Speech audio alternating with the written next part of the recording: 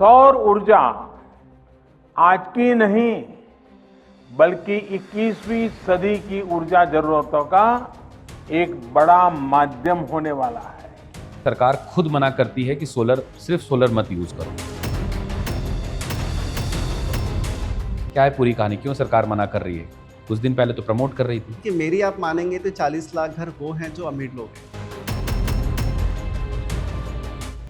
अच्छा, इनके घर में एसी होगा ही होगा, तो ग्रिड हमारा अनस्टेबल हो जाएगा और इसमें ब्लास्ट हो सकता है। सरकार नहीं चाहती कि सोलर हर समय ग्रिड को फीड करे। किसान के पास पैसा नहीं है कि वन टाइम कैपेक्स करे। और दूसरा रेजिडेंशियल कस्टमर, सरकार ने इस सेगमेंट को प्रमोट करने के लिए एक स्कीम लॉन्च करी, पीएम सूर्य घर की। और ये उन लोगों के लिए लॉन्च करी जो बहुत अपफ्रंट पैसा नहीं दे सकते। अमीरों के पास पैसा होगा, अगर बिजली बिल कम लगेगा पैसा भी बचेगा, मानता हूँ इस बात। आज से 10 साल के बाद क्या वो बैटरी कचरा नहीं हो जाएगा? हर सिटी के बाहर एक कचड़े का पहाड़ पाया गया है, रांची में भी है जहाँ अभी आप बैठे हैं। आज से 20 साल के बाद क्या हम बैटरी का कचड़े का अंबार नहीं देखेंगे वहाँ? हर कंज्यूमर को लिथियम आयन यूज करना चाहिए। लिथियम आयन तो ब्लैक भी करती है सर। जी करती है। आजकल जो ईवी की जो चार्जिंग स्टेशन है, हम उसको सोलर पे चलते हुए देख सकते हैं। आज के दिन में सारे चार्जिंग स्टेशन 50% सोलर पे चल रहे हैं। तो सरकार ने 1 किलोवाट, 2 किलोवाट, 3 किलोवाट का सिस्टम लगाने वालों को 78,000 की सब्सिडी दी। पीएम कुसुम योजना के तहत किसानों को 22 लाख से ज्यादा सोलर पंप दिए गए हैं। उस स्कीम का नाम है पीएम कुसुम। खेतों में पानी पटाने के लिए सरकार चाहती है कि आप डीसी यूज ना करें और आप ग्रिड यूज ना करें। वहाँ भी सरकार का बहुत अच्छा स्कीम है जहाँ पे वो सब्सिडी देती है। और महाराष्ट्र आज के दिन में नंबर 1 पे है जहाँ पे एक साल में 3 लाख पंप लगते हैं। क्या सरकारी बिजली से सोलर का क्या लेना देना है? वो बिजली जहाँ पे आ रही है वहाँ पे ही सोलर सिस्टम ठीक से काम करेगा। जी। इन केस अगर गांव में किसी को सोलर सिस्टम यूज करना है तो उनके लिए क्या है? सरकार ने 1 लाख करोड़ का बजट रखा है इस स्कीम पे खर्च करने के लिए। छोटा मोटा अमाउंट नहीं होता है। BESS। जी। ये बहुत लोग भविष्य के टेक्नोलॉजीज को कह रहे हैं, इसके बारे में थोड़ा बताइए। क्या आपने इसके ऊपर काम किया? अगर काम किया तो क्या था ये? 5 सालों से इस टेक्नोलॉजी पे काम कर रहे हैं। आपने बैटरी लगा लिया, दिन के टाइम पे सोलर है, सोलर आपकी बैटरी को चार्ज कर देगी तो आपको फ्री में बिजली मिल जाएगी। हिंस बैटरी को फ्यूचर बोला जा रहा है। जैसे आज से 5-7 साल पहले सोलर को फ्यूचर बोला जाता था। हाँ, अब सोलर को फ्यूचर नहीं बोला जाता, कहते हैं सोलर प्रेजेंट है। अच्छा। और बेस को फ्यूचर बोला जाता है। सोलर एनर्जी के लिए कि रोड के किनारे वो सोलर ट्री लगाएंगे और ये सारी चीजें होंगी। भारत में कभी हम ऐसा होते हुए देख सकते हैं? हाँ, हमने कुछ कनाल्स पे देखा है सोलर लगते हुए। ऐसा समय आएगा कि हम बिजली मुफ्त यूज करेंगे, 1 रुपए भी हमारे जेब से नहीं जाएगा। अगर आप टेस्ला से बात कर लीजिए तो पॉसिबल। कहते हैं जब सूरज उगता है तो अंधेरा सिर्फ अंधेरा नहीं छटता, एक नई उम्मीद की रोशनी भी जगती है।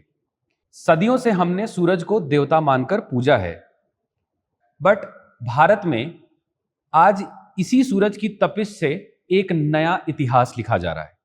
आज हम विकास की बात करते हैं तो अक्सर बड़े बड़े शहरों की चमकती बिल्डिंगें, रफ्तार से भरी गाड़ियां और भारी भरकम फैक्ट्रियां और उनके धुएं ये नजर आते हैं।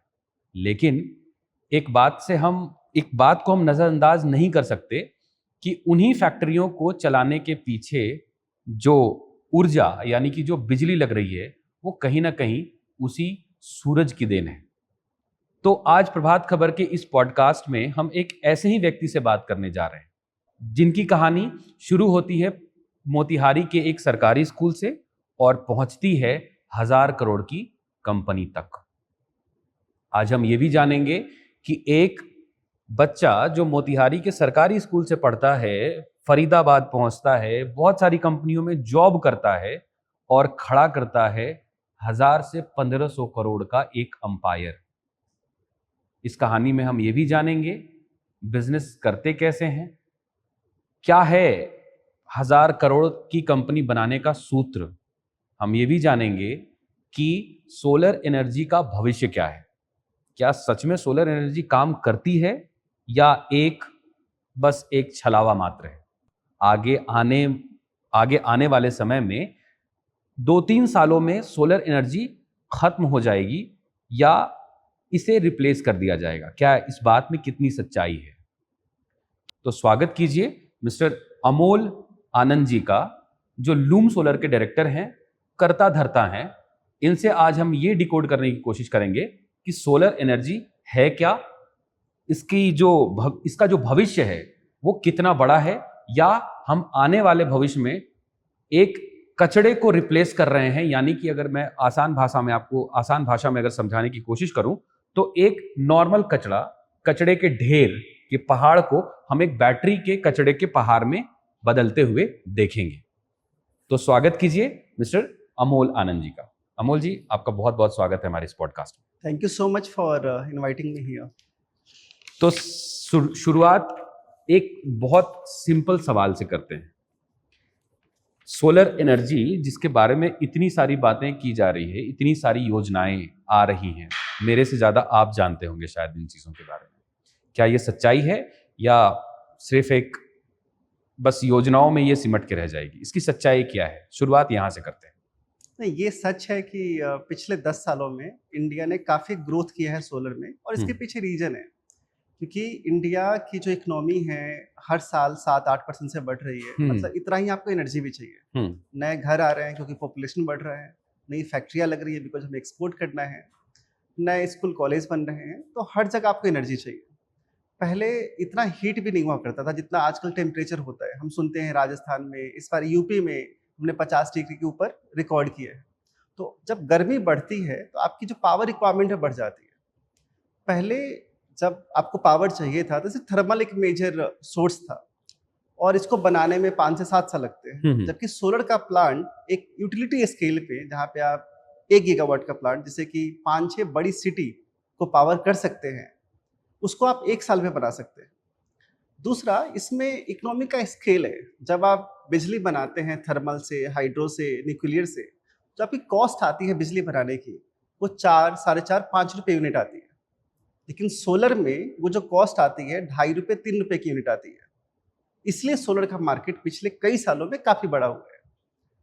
पहले ये मार्केट लिमिटेड था यूटिलिटी में, मतलब गवर्नमेंट लार्ज स्केल पे टेंडर निकालती थी, जो बड़े डेवलपर थे वो सिर्फ गवर्नमेंट को सप्लाई करते थे। लेकिन इसके टोटल 3-4 सेगमेंट है। एक सेगमेंट जो गवर्नमेंट पावर खरीदती है बड़े बड़े डेवलपर से, जैसे एनटीपीसी, एनएचपीसी, पावर ग्रिड, और फैक्ट्री को बेचती है।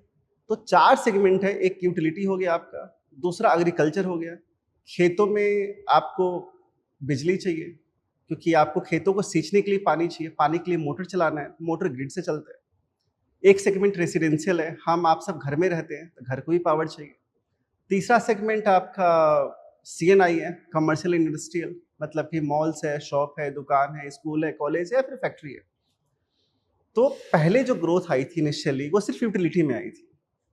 लेकिन जब लोगों को पता लगा कि मैं सोलर लगा के अपना बिजली का बिल कम कर सकता हूँ, पहला, और दूसरा, जो पावर मैं सरकार से 8 रुपये, 10 रुपये पर यूनिट ले रहा हूँ, वो मैं खुद का कैपेक्स करके मैं 2.5, 3, 4 रुपये लगा दे सकता हूँ, तो मैं सरकार से बिजली खरीदूँ क्यों?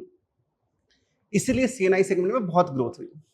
2 सेगमेंट इसमें पिछड़ गए थे। एक एग्रीकल्चर, फार्मर, उनके पास पैसा नहीं होता क्योंकि सोलर एक्सपेंसिव है, वन टाइम कैपेक्स है, क्योंकि आप एक बार कैपेक्स लगाते हैं और उसका फायदा आपको 20-25 साल तक मिलता है। जैसे आपने कोई थर्मल का पावर प्लांट लगाया तो एक बार लगाया, 5 साल लगे, और आप उससे 30, 35, 40 साल तक बिजली निकालते रहते हैं। वैसे जब सोलर का एक लंबा पावर प्लांट लगाते हैं तो वन टाइम कैपेक्स बहुत है और आपको डेली उसे पावर जनरेशन मिलती है। 2 सेगमेंट में सक्सेस नहीं था। एक आपका एग्रीकल्चर, बिकॉज किसान के पास पैसा नहीं है कि वन टाइम कैपेक्स करे, और दूसरा रेसिडेंशियल कस्टमर। सरकार ने इस सेगमेंट को प्रमोट करने के लिए एक स्कीम लॉन्च करी, PM सूर्य घर की, और ये उन लोगों के लिए लॉन्च करी जो बहुत अपफ्रंट पैसा नहीं दे सकते थे। तो सरकार ने बोला अगर आपको 1 किलोवाट, 2 किलोवाट, 3 किलोवाट सिस्टम, अगर आप डेटा भी एनालिसिस करेंगे तो आपको पता लगेगा। तो सरकार ने एक स्कीम निकाली PM सूर्य घर की। अगर आप डेटा का भी एनालिसिस करेंगे तो इंडिया में जितने हाउसेस हैं 80% से ज़्यादा का जो पावर कंजम्पशन लोड है, सैंक्शन लोड बोलते हैं उसको, 1 किलोवाट के आसपास है। तो सरकार ने 1 किलोवाट, 2 किलोवाट, 3 किलोवाट का सिस्टम लगाने वालों को 78,000 की सब्सिडी दी। तो आपका जो अपफ्रंट कॉस्ट है काफ़ी कम हो गया, और इसी का नतीजा ये है कि पिछले 2 सालों में, 3 साल की स्कीम में सरकार 1 करोड़ घरों में सोलर लगाना चाहती है। और 2 सालों के अंदर अभी तक हम 40 लाख घरों में सोलर लगा चुके हैं और इसकी लगाने की स्पीड बहुत तेजी से बढ़ रही है। क्योंकि जब हमने सोलर लगाया एज अ कंज्यूमर तो आपने देखा कि इनको सब्सिडी मिल गई है, सोलर ठीक से काम करा तो आपने भी लगाना चालू कर दिया। तो रिपीट एंड डिफरेंस का फायदा इस सेगमेंट को मिलना चालू हो गया है और आज के दिन में हर दिन हजारों सिस्टम लग रहे हैं और लोग, मैं बोलूंगा लाइन लगा के, जिनको पता है वो इतनी इंक्वायरी कर रहे हैं, इतने सिस्टम्स लगा रहे हैं कि आज के दिन में मॉड्यूल और इन्वर्टर की शॉर्टेज हो गई है मार्केट के अंदर। इतनी डिमांड है इस रेसिडेंशियल सेगमेंट में, जिसको सरकार ने काफ़ी अच्छे से कैटर किया, काफ़ी पॉलिसी चेंज करी। दूसरा सेगमेंट था जहाँ पे किसान पैसा नहीं दे सकते थे, उस स्कीम का नाम है पीएम कुसुम। खेतों में पानी पटाने के लिए सरकार चाहती है कि आप डीसी यूज़ ना करें और आप ग्रिड यूज़ ना करें। वहाँ भी सरकार का बहुत अच्छा स्कीम है जहाँ पे वो सब्सिडी देती है और महाराष्ट्र आज के दिन में नंबर 1 पे है जहाँ पे एक साल में 3 लाख पंप लगते हैं। तो एक्चुअली में काम हुआ है रेसिडेंशियल में, एग्रीकल्चर में, सीएनआई में एंड यूटिलिटी में। आपने एक बात कही अभी अपने जवाब में बड़ी अच्छी बात कही, किसान के पास पैसा नहीं है और सच्चाई यही है।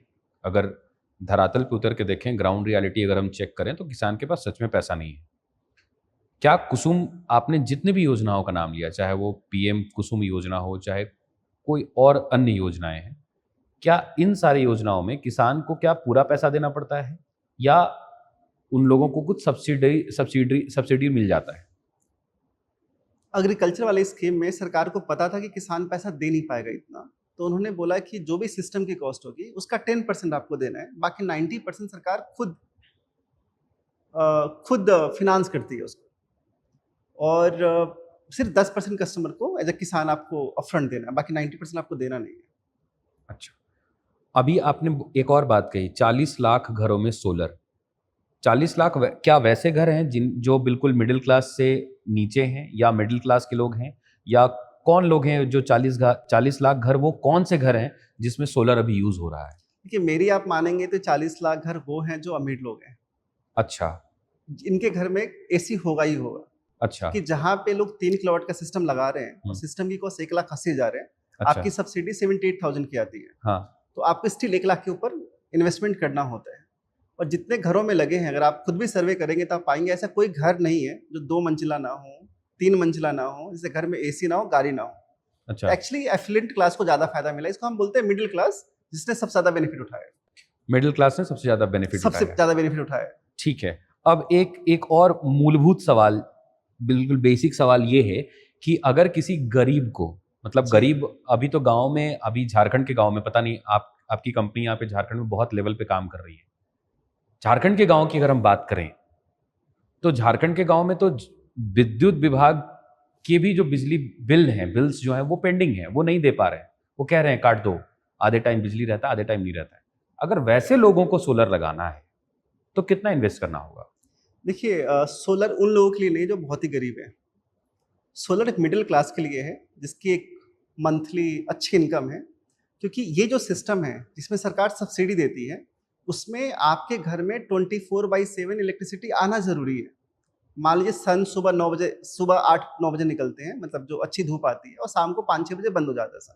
ठीक है। तो आपकी बिजली तभी बनेगी जब सन भी होगा और लाइट भी होगी। और दिन के टाइम पे ग्रिड फेल हो गया, बिजली नहीं आ रही, तो आपका सोलर काम नहीं करेगा। इसे थोड़ा एक्सप्लेन कीजिए, मुझे समझाइए ये चीज। ये सरकार की जो सब्सिडी स्कीम है, हाँ, जिसके थ्रू वो रेसिडेंशियल घरों में सोलर लगाती है, हाँ, उस स्कीम में अगर आपके घर में लाइट आ रही है, सरकारी बिजली आ रही है, तभी हाँ, सोलर काम करेगा। अच्छा, सरकारी बिजली नहीं आ रही तो सोलर काम नहीं करेगा। यानी कि जो सिटीज है, जैसे बॉम्बे, दिल्ली, फरीदाबाद, मदुरई, हैदराबाद, गांधीनगर, सूरत, यानी सिटीज के अंदर जनरली लाइट नहीं जाता है। आपके पास छत भी है और आप 1 लाख रुपए इन्वेस्ट भी कर सकते हैं। जो 40 लाख सिस्टम लगे हैं, ये यहीं लगे हैं, इसलिए मैं इसको मिडिल क्लास बोलता हूँ। अगर आप गांव में रह रहे हैं तो आपके लिए सोलर नहीं है ये सब्सिडी वाला स्कीम। तो ये चीज मैं नहीं समझ पा रहा हूँ। आपने कहा कि सरकारी बिजली आएगी तभी सोलर काम करेगा। सरकारी बिजली से सोलर का क्या लेना देना है? क्योंकि 3 तरह के सिस्टम होते हैं। एक सिस्टम होता है जिसमें आप बैटरी लगाते हैं, जब पावर चली जाती है तो आप बैटरी से पावर ले लेते हैं। ठीक है। ये दूसरा सिस्टम है जिसमें बैटरी नहीं लगता है, ये विदाउट बैटरी वाला सिस्टम है। अच्छा, यानी सोलर पैनल आपने धूप में डाल दिया, सन की लाइट पड़ी, सोलर ने पावर जनरेट करना स्टार्ट कर दिया। ठीक है। और इन्वर्टर ने उस डीसी करंट को एसी में कन्वर्ट कर दिया। ठीक है। आपके घर में एसी करंट आता है, हाँ, लेकिन अज्यूम कीजिए कि पावर फेल हो गया और सोलर पावर जनरेट कर रहा है, तो कोई भी बंदा जो लाइन पे काम कर रहा है उसकी डेथ हो जाएगी। अच्छा। इसलिए इसमें एक फीचर दिया गया है इस इन्वर्टर के अंदर कि जब पावर ना हो, जब सरकारी बिजली नहीं है, तो सिस्टम अपने आप बंद हो जाना चाहिए, आगे फीड नहीं करना चाहिए। ओके, ठीक है। तो मतलब आप ये कहना चाह रहे हैं कि ठीक है, उन सिटीज में जहां पे सरकारी बिजली आ रही है, उस वो बिजली जहां पे आ रही है वहां पे ही सोलर सिस्टम ठीक से काम करेगा। जी। इन केस अगर गांव में किसी को सोलर सिस्टम यूज करना है तो उनके लिए क्या है? उनके लिए ऑफ ग्रिड सिस्टम आता है जिसमें कि आपको उस मॉड्यूल के साथ बैटरी भी लगाना जरूरी है, कि जब बैटरी होगा तभी जब लाइट जाएगी तो आप पावर ले सकते हैं। इसलिए अगर आप सरकार की इस स्कीम का एनालिसिस करेंगे तो सरकार ने 1 लाख करोड़ का बजट रखा है इस स्कीम पे खर्च करने के लिए। ये छोटा मोटा अमाउंट नहीं होता है। किसी स्टेट का, किसी छोटे से स्टेट के जो जीडीपी है उससे बड़ा अमाउंट होता है जितना सरकार सब्सिडी दे रही है 1 लाख करोड़ का। और ये लगे कहाँ है सिस्टम, आप डेटा एनालिसिस करेंगे तो मैक्सिमम 5 स्टेट्स में लगे। ये जो 40 लाख लगे हैं आउट ऑफ 1 करोड़, और ये 40 लाख का फर्दर आप एनालिसिस करेंगे तो 5 स्टेट्स में लगे। वो स्टेट कौन सा है? पहला गुजरात, जहाँ पावर नहीं जाती। दूसरा कौन सा है? महाराष्ट्र, पावर फेलियर बहुत ही कम है, 24/7 पावर रहती है। तीसरा स्टेट कौन सा है? केरला, साउथ इंडिया में आता है, क्लीन सिटी है, सारे लोग बाहर रहते हैं, पावर की अवेलेबिलिटी है। चौथा सिटी आज के दिन में कौन सा है? यूपी। यूपी में भी कॉन्सेंट्रेशन है आपका, वाराणसी, इलाहाबाद, लखनऊ, गोरखपुर, जहां पे पावर ना के बराबर जाती है, ये वहां लगे। तो कॉन्सेंट्रेशन काफी ज्यादा है इस सिस्टम का। ठीक है। अब अगर और फर्दर सोलर की बात करें तो अभी एक मैंने अपने ही गांव में सुना था कि एक स्कीम आई है जहां पे आपको खेतों में सोलर मिल जाएगा, उससे आप खेत पटा सकते हैं जी। उसको अवेल करने के लिए एक solar power as a industrialist आप कैसे देखते हैं इन चीज़ों? क्या ये फायदा डायरेक्ट किसानों तक पहुंच रहा है या फिर सिर्फ मिडिल मैन ही कमा रहे हैं इसमें? वो देखिए, एग्रीकल्चर वाले सिस्टम में थोड़ा सा फर्क है। पीएम सूर्य घर वाली स्कीम में जो रेसिडेंशियल है, यहाँ पे कंज्यूमर के पास पावर है जो किस कंपनी का पैनल लगाना चाहता है, किसका इन्वर्टर लगाना चाहता है, किस वेंडर से चूज करना चाहता है, वो सारा पावर हमने कंज्यूमर को दिया है। अच्छा। इसलिए स्कीम काफी पॉपुलर हुआ और पूरे इंडिया लेवल पे हुआ जहाँ पे भी इसकी डिमांड थी। ठीक है। लेकिन जो एग्रीकल्चर वाली स्कीम है उसमें अगर स्टेट एक्टिवली काम करता है और ये जो पूरा का पूरा पैसा है, जो सब्सिडी का पैसा है, वो किसान को नहीं मिलता है, वो किसी बीच में एक ईपीसी कंपनी है जो इंजीनियरिंग, प्रोक्योरमेंट, कंस्ट्रक्शन करती है, जो वेंडर है, जो उसको लगाता है, उसको पैसा मिलता है। तो गिने चुने कुछ 25-30 लोग हैं जो ये पूरी स्कीम में काम करते हैं, तो मोस्टली फायदा उन्हीं को मिलता है। ठीक है। हम लोग इस वाली स्कीम में काम नहीं करते, हम लोग उस स्कीम में काम करते हैं जहाँ पे सरकार का इन्वॉल्वमेंट बहुत ज़्यादा ना हो, क्योंकि आपको बहुत लाइसेंसिंग करनी पड़ती है, बहुत कंप्लायंसेस चाहिए होते हैं। तो लूम ने उस जगह फोकस किया है जहाँ पे सरकार का बहुत रूल रेगुलेशन ना हो, इसको हम प्राइवेट मार्केट बोलते हैं। इसको थोड़ा एक्सप्लेन कीजिए। जहाँ पे सरकार का रूल रेगुलेशन ना हो, जैसे मान लीजिए आपकी फैक्ट्री है और आप सोलर लगाना चाहते हैं, तो हम आपको सोलर लगा के देंगे। लेकिन सरकार जहाँ पे सब्सिडी देती है, कुछ सिलेक्टेड वेंडर्स को ही बोलती है कि आपको सिस्टम लगाना है, तो उस वाले सेगमेंट में काम नहीं करते। जैसे सरकार की पीएम कुसुम हो गई, आप फार्मर है, अब पीएम कुसुम स्कीम को सरकार को इम्प्लीमेंट करना है, तो जैसे झारखंड के एग्जांपल लेते हैं, आज झारखंड में बैठे हैं, तो झारखंड में एजेंसी है जरेडा एक टेंडर निकालेगी कि हमें लेट से 10,000 सोलर पंप लगाने हैं। उनके पास किसान की एक लिस्ट आएगी, उसके बेसिस पे एक डेटा बनेगा किस किस किसान को हमें पंप लगाना है। तो मान लीजिए 20,000 लोगों को हमें लगाना है, उसका डेटा बन गया, सरकार एक टेंडर निकालेगी, टेंडर में कुछ वेंडर को एलिजिबल करेगी उनके अपने एलिजिबिलिटी क्राइटेरिया के ऊपर। अब वो वेंडर सामान उससे खरीदेगा जिसको सरकार अप्रूव करेगी। मॉड्यूल मैन्युफैक्चरर कौन होगा, इन्वर्टर मैन्युफैक्चरर कौन होगा, एक मेक अप्रूवल सिस्टम होता है। यानी हमें जरेडा से बात करनी पड़ेगी, फिर हमें अप्रूवल लिस्ट में जाना पड़ेगा। हम इस मार्केट में काम नहीं करते, हम उस मार्केट में काम करते हैं कि आप किसान हैं लेट से, और आपको पंप लगाना है, अपने यहाँ पे सोलर पंप लगाना है खेतों में, आप हमसे कनेक्ट कीजिए, हम आपके खेत में जाएंगे और आपका पंप लगा के आप हमें पैसा देंगे, आपका पंप लगा देंगे। मतलब आप डायरेक्ट मॉड्यूल्स पे ज्यादा काम करें। बिजनेस मॉडल अगर हम बात करें तो आप हमारा D2C का मॉडल है, डायरेक्ट टू कंज्यूमर मॉडल है, हम इससे बीच में बहुत सारे लोगों को नहीं डालते। ग्रेट। अब मुझे एक सवाल, और जो बेसिक सवाल है जिससे हमारे व्यूअर्स को बहुत बेसिक लेवल की जानकारी वो क्लियर हो जाएगी। सपोज कीजिए कि मेरा खेत है और मेरा खेत कम से कम मान के चलते हैं 1 एकड़ का है जी, और मैंने लूम सोलर को कॉल किया, मैंने बोला कि भाई मुझे लगाना है, क्या प्रोसीजर होगा इसका? देखिए, मैं एक ब्रीफ बिजनेस मॉडल दे देता हूँ। तो लूम एक D2C company, direct to consumer. पूरे इंडिया में करीबन 500 बिजनेस डिस्ट्रिक्ट है, मतलब 750 डिस्ट्रिक्ट में से 500 में मैक्सिमम काम होता है। हमारे हर 4 डिस्ट्रिक्ट पे एक एरिया सेल्स मैनेजर होता है और हर डिस्ट्रिक्ट में एक डिस्ट्रीब्यूटर होता है। कोई भी किसान या रेसिडेंशियल कस्टमर या CNI कस्टमर्स की अपनी फैक्ट्री, वो हमें रीच आउट करता है कि हमें सोलर लगाना है। हम वो इंक्वायरी अपने लोकल डिस्ट्रीब्यूटर को पास कर देते हैं। साथ में जो एरिया सेल्स का बंदा होता है वो कस्टमर के पास चला जाता है, उसकी रिक्वायरमेंट को समझता है, पेपर पे नोट करता है, उसके हिसाब से सिस्टम की डिजाइनिंग करता है। कस्टमर डिस्ट्रीब्यूटर को पेमेंट करता है और डिस्ट्रीब्यूटर सिस्टम को जाके लगा देता है। ओके, ये सिंपल सोबर एक D2C मॉडल है। ग्रेट। और कितना खर्चा आता होगा इसमें? जनरली 3 किलोवाट, अगर आपका पंप 3 HP का होगा या 5 HP का होगा या 7.5 HP का होगा, जनरली खेतों में इतना ही लगता है। तो 3 HP के लिए आपका 1.5 लाख रुपए के आसपास कॉस्टिंग आएगा। और उसका मेंटेनेंस, उसकी लाइफ, उसका सोलर की एक अच्छी बात ये है कि इसमें मेंटेनेंस ना के बराबर है।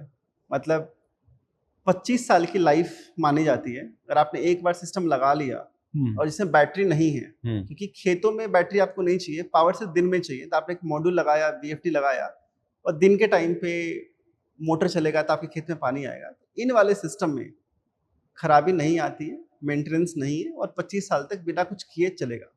ये वन टाइम इन्वेस्टमेंट है। ठीक है। आप अभी पूरे कन्वर्सेशन के दौरान आप 2-3 चीजों का लगातार यूज कर रहे हैं, मॉड्यूल, बैटरी और इन्वर्टर। जी, ये 3 क्या है? कैसे ये तीनों चीजें हैं जो सोलर को एक अच्छा पावर जनरेटर के रूप में, मतलब वो वाला जनरेटर नहीं जो हम लोग चलाते हैं डीजी वाला, पावर को जनरेट करने में कैसे यूज करता है? इसको थोड़ा आसान भाषा में हमें समझा दीजिए। देखिए, हमें इसमें 3 मेजर कंपोनेंट है। इसकी कॉस्ट भी 80% के आसपास होती है। तो सोलर मॉड्यूल का काम है सन की जो एनर्जी है उसको इलेक्ट्रिसिटी में कन्वर्ट करें। ठीक है। मॉड्यूल आप छत पे लगाएंगे या फिर खेत में रखेंगे तो सन की जो लाइट पड़ेगी उससे आपकी इलेक्ट्रिसिटी कन्वर्ट हो जाएगी। फिर बैटरी आपको क्यों चाहिए? अगर आपको रात में पावर चाहिए या उस टाइम पे जब सन अवेलेबल नहीं है तो पावर चाहिए, तो आपको बैटरी की जरूरत है। अगर आपको सिर्फ दिन में पावर चाहिए तो बैटरी की जरूरत नहीं है। तो बैटरी सन से जो बिजली बनी उसको स्टोर करता है। ठीक है। और इन्वर्टर का काम होता है आपको जो करंट चाहिए होता है, एसी करंट चाहिए होता है। सोलर क्योंकि डीसी करंट है तो डीसी को एसी में कन्वर्ट करने के लिए इन्वर्टर की जरूरत पड़ती है। तो ये 3 मेजर कंपोनेंट होते हैं इस सिस्टम में। अब आपके बिजनेस के ऊपर आते हैं जी। बहुत छोटे से बहुत बड़े जगह तक का सफर आपने तय किया है। जनरली लोग नहीं कर पाते हैं, खास करके बिहार झारखंड के लोग। उनका सपना इतना ही होता है कि हमें 15-20 हज़ार की नौकरी मिले और हमारी ज़िंदगी जो है बस अप्रेजल फॉर्म भरें और हमारा 10-15% अप्रेजल हो जाए और ज़िंदगी हमारी इसी तरह चलती रहे। ये सच्चाई है बिहार झारखंड, मतलब हम जैसे लोगों की सच्चाई है ये चीज़। आप मोतिहारी में पढ़े, फरीदाबाद गए, पहली नौकरी मिली आपको रिलायंस में, राइट? उसके बाद आपने नौकरी क्विट कर दिया। अच्छी नौकरी थी आपकी, खराब नहीं थी, नौकरी क्विट किया, उसके बाद आपने बिजनेस शुरू किया। जी। आपके दिमाग में लूम का आइडिया आया कहाँ से कि सोलर कंपनी खोले? बहुत लोग आईटी कंपनी खोलते हैं, डिजिटल मार्केटिंग कंपनी खोलते हैं, सोलर की कंपनी क्यों? इस पूरी जर्नी के बारे में मुझे थोड़ा बताइए। देखिए, जनरली जब हम लोग जॉब कर रहे थे तो मेरी एज यंग थी और अभी भी यंग ही हूँ मैं, बाय द वे। सो हम लोग सोचते हैं कि 5 साल बाद क्या होगा, 10 साल बाद क्या होगा, ऐसा सोच रहता है, हर बंदा प्लान करता है। हाँ। तो हमने ये सोचा कि जॉब तो बहुत टाइम तक नहीं कर पाएंगे, क्योंकि एक एज के बाद जब आपको पैसा ही इंपॉर्टेंट नहीं होता, सोशल लाइफ, फैमिली और बहुत सारी चीजें इंपॉर्टेंट होती है, सिर्फ पैसा इंपॉर्टेंट नहीं होता। तो हमने पैसों में वो लेवल अचीव कर लिया था कि जिससे कि सेटिस्फेक्शन मिल गई थी। मतलब आज भी कोई बंदा 40-50 हज़ार की नौकरी कमाता है तो उसके लिए मोर देन इनफ है। अगर आपके पास अपना घर है, अपनी गाड़ी है, तो 50 हज़ार की सैलरी भी मोर देन इनफ होती है, क्योंकि आपका खर्चा किस पे जाएगा? फूड पे जाएगा, थोड़ा लिविंग पे जाएगा। तो हमें समझ आ गया था कि पैसों की जरूरत नहीं है। ठीक है। हेंस जॉब करे ना करे बहुत फर्क नहीं पड़ेगा। ठीक है। तो कुछ तो ऐसा करे जिससे कि हमारा फ्यूचर सिक्योर हो। ठीक। जॉब में आप रिपीटेटिव काम करते हैं, एक ही काम बार बार करते हैं, तो उसमें बहुत ब्रेन यूज नहीं होता है। और ये जिंदगी का रूल है कि जो टाइम सबसे डिफिकल्ट होता है वो आपकी जिंदगी का सबसे अच्छा टाइम होता है, कि उसी टाइम आप अपने आप को ट्रांजिशन करते हैं। हाँ। सोचते हैं कि इस बुरे टाइम से कैसे निकलेंगे। जब हमने जॉब छोड़ दी और जब बिजनेस चालू किया तो हमें पता नहीं था कि हम बिजनेस चालू करेंगे। जैसा मैंने आपको बताया कि मैं अपने मैनेजर के पास गया, मैंने बोला कि सर मैं आपको रिजाइन डाल रहा हूँ, आप शाम तक एक्सेप्ट कर लीजिएगा, क्योंकि मैं बहुत कंफर्टेबल जिंदगी जी रहा हूँ। 1-1.5 लाख रुपए की सैलरी मेरी महीने की थी उस टाइम पे, तो ठीक थी सैलरी मेरी। तो कोई भी नहीं चाहता कि मैं डिस्कम्फर्ट में जाऊं। तो मैंने बॉस को बोला कि आप मेरा रेजिग्नेशन एक्सेप्ट कर लेना, क्या पता कल मेरा मूड चेंज हो जाए। मैं इस कंफर्टेबल लाइफ से निकलना चाहता हूँ। क्या तो बात मुझे है। पता नहीं था कि बिजनेस करना है। ये था कि जॉब छोड़ेंगे तो कुछ करेंगे, अच्छा, जॉब के साथ तो नहीं हो सकता, बहुत सही। इसलिए मैंने रिजाइन कर दिया। फिर रिजाइन करने के बाद देखा कि मेरे कजन लोग क्या कर रहे हैं, दोस्त लोग क्या कर रहे हैं। फिर रिसर्च करके पता लगा कि फ्यूचर में इन्वेस्ट करना चाहिए, पास्ट में नहीं। जब हमने बहुत सारी बिजनेस केसेस देखे, स्टडीज देखी, तो पता लगा सोलर का फ्यूचर होने वाला है। हमारी जो कंपनी है 2018 में स्टार्ट हुई थी, तब सोलर के बारे में इतनी पॉपुलैरिटी नहीं थी जो आज के दिन में है। तो हमने सोचा कि ये प्रोडक्ट इतना आसान नहीं है बेचना, क्योंकि जैसा आपने बोला कि सोलर की जरूरत वहाँ पे है जहाँ पे पावर नहीं है। एग्जैक्टली मतलब रूरल गाँवों के अंदर, सिटी से बाहर। सिटी में तो पावर आपको आती ही है। तो हमने कहा कि हम कैसे गाँव में बिजली बेचेंगे, अपना सोलर कैसे बेचेंगे। मतलब ये तो मॉडल सक्सेसफुल हो ही नहीं सकता। हम बैठे हैं दिल्ली में और कस्टमर को चाहिए असम में, बंगाल में, केरला में, जहाँ पे रिमोट में चाहिए। सो उस टाइम पे डिजिटल का टाइम चल रहा था, डिजिटल स्टार्ट हो रहा था, यूट्यूब, फेसबुक स्टार्ट हो रहा था। हमने कहा digital marketing is the best way to reach to the people and find their need. Okay. तो हमने एक वेबसाइट बनाई, खुद मैंने कंटेंट बनाना चालू किया कि सोलर होता क्या है, क्यों लगाते हैं, किसको लगाना चाहिए, कितने पावर रेटिंग का आता है, हम आपको प्रोडक्ट कैसे डिलीवर कर सकते हैं, कैसे इंस्टॉल करा सकते हैं। So with a team of just couple of people हमने सिर्फ फोकस किया कंटेंट बनाने पे, ना कि प्रोडक्ट बेचने पे। हमने बोला कि सोलर के बारे में किसी को कुछ नहीं पता। जैसे आज के दिन में एआई के बारे में बहुत कम लोगों को पता है कि कैसे काम करता है, तो उस टाइम पे सोलर के बारे में किसी को कुछ पता ही नहीं था। और उससे क्या हुआ कि हमारे बहुत सारे व्यूज आने लग गए। इनिशियली जो हम वीडियो बनाते थे उसका 1-1 लाख व्यू आता था, कुछ वीडियोस का तो 1-1 मिलियन व्यू आता था। वाह। उससे क्या हुआ कि हम उन लोगों तक पहुंच गए जिसको इसकी जरूरत थी। फिर उन्होंने बताया कि सर हमें सोलर में इस वॉटेज का प्रोडक्ट चाहिए और हमारी नीड ये है। किसी ने बोला कि सर हम तो बहुत रूरल गांव में रहते हैं, मोबाइल चार्जिंग करना है मेरे को, उसके लिए छोटा प्लेट चाहिए, हमारे को छोटा पैनल चाहिए। किसी ने बोला कि मैं रूरल में रहता हूँ और मेरी मुर्गी फार्म है, अच्छा। मैं डीजी चलाता हूँ, डीजी का कॉस्ट बहुत आता है, उसके लिए हमें सोलर दे दीजिए। किसी ने बोला कि हमारा मंदिर है, यहाँ पे लाइट ही नहीं है, बट एक पंखा, बिजली, बल्ब तो आना चाहिए, तो इसके लिए आप बताइए। तो कंज्यूमर की जो नीड थी उसको हमने एड्रेस किया थ्रू द कंटेंट। तो हमने सिर्फ कंटेंट बनाया, कस्टमर खुद ही आ गए, फिर प्रोडक्ट की इनोवेशन करी। ये आपने एक एंटरप्रेन्योर के लिए, मुझे लग रहा है कि आपने एक कुंजी, चाबी जिसको कहते हैं, जी अगर आज के जिंजी की भाषा में मैंने बोलूँ तो आप अगर बात करूँ तो आपने फॉर्मूला दिया है एक बड़ा, कि कंटेंट बनाना मतलब we have to aware about the product to the market पहले, जी उसके बाद हमारे पास कंज्यूमर खुद अपनी नीड लेके आ जाएगा। ठीक है, आप तो ये समझ गए, बट जब आप इसके बाद का जो जर्नी स्टार्ट होता है, जब आपने कंटेंट बनाया, मिलियंस व्यूज आ गए, लोगों ने अपनी रिक्वायरमेंट्स बतानी शुरू की आपको, प्रोडक्शन प्लांट डालने में अमोल जी बहुत खर्च आता है। जी आइडियाज़, उसकी आइडिएशन करना, कौन सी चीज़ें कहाँ पे होगी, उसकी टीम को खड़ा करना, इस पूरी जर्नी में सबसे चैलेंजेस क्या था आपके लिए? फंड, टीम, इंफ्रास्ट्रक्चर या मैनेजमेंट जिसको कहते हैं? अगर आपके पास पैसा है, टीम नहीं है तो भी आप फेल हो जाएंगे, टीम है, पैसा नहीं है तो भी आप फेल हो जाएंगे, दोनों है, और अगर अच्छा मैनेजर नहीं है, अच्छा अगर आप मैनेज नहीं कर पाते तो भी आप फेल कर जाएंगे। आपके केस में क्या था? मेरे लिए तीनों चैलेंज नहीं था, क्योंकि देखिए किसी भी बिजनेस में अगर आपके पास कंज्यूमर है तो आप कुछ भी कर सकते हैं। कंज्यूमर पैसे देने के लिए तैयार है। हमारे लिए चैलेंज था कि हम प्रोडक्ट की डिस्कवरी कैसे करें, क्योंकि पैसा नहीं था हमारे पास फ्रैंकली, और 2-3 ही लोग थे, क्योंकि बिल्कुल स्टार्टअप था। तो हमें एक ऐसा मॉडल बनाना था जिसमें कि पैसे की जरूरत ना हो। तो हमने देखा कि आज के दिन में, आपने नाम सुना होगा एशियन पेंट्स का, हाँ बहुत बड़ी कंपनी है, हाँ। उनके कोई मैन्युफैक्चरिंग यूनिट नहीं है। दे अच्छा। Don't make anything. एक कॉन्सेप्ट चलता है बिजनेस में, बोलते हैं प्राइवेट लेवल का, हाँ या ओईएम का। हाँ हाँ। तो आप किसी भी प्रोडक्ट का डिमांड जनरेट करते हैं, उसकी R&D करते हैं, उसकी सैम्पलिंग करते हैं, और किसी और से आप प्रोडक्ट बनवाते हैं अपने स्पेसिफिकेशन के ऊपर। अच्छा। इसको प्राइवेट लेवल बोला जाता है। हाँ हाँ, OEM। जी। हाँ तो हमने स्टार्टिंग में इसी मॉडल का सहारा लिया। हाँ हाँ हमें फ़ायदा क्या मिला कि कस्टमर्स हमारे पास डिमांड थी, उनका स्पेसिफिकेशन था, हमने खुद दिमाग लगाया, मैन्युफैक्चरर को बोला कि आप इस स्पेसिफिकेशन का प्रोडक्ट हमें बना के दीजिए, उन्होंने बना के दिया। So this is how it worked. इसमें एक बात बोलता हूँ, देखिए जब हम स्टार्टअप करते हैं ना, सबसे बड़ा चैलेंज क्या होता है, जब आप डेटा पढ़ेंगे, स्टोरीज पढ़ेंगे, तो आप देखेंगे 100 स्टार्टअप स्टार्ट होते हैं तो 90 स्टार्टअप बंद हो जाते हैं। हाँ तो हमें ये था कि हमें बंद नहीं होना, अगर हम चलते रहेंगे तो कुछ ना कुछ बना लेंगे। तो हमेशा यही डर लगता था कि हम कितने दिन सर्वाइव कर पाएंगे। आज भी हम लोग एग्जिस्टेंस की लड़ाई लड़ रहे हैं।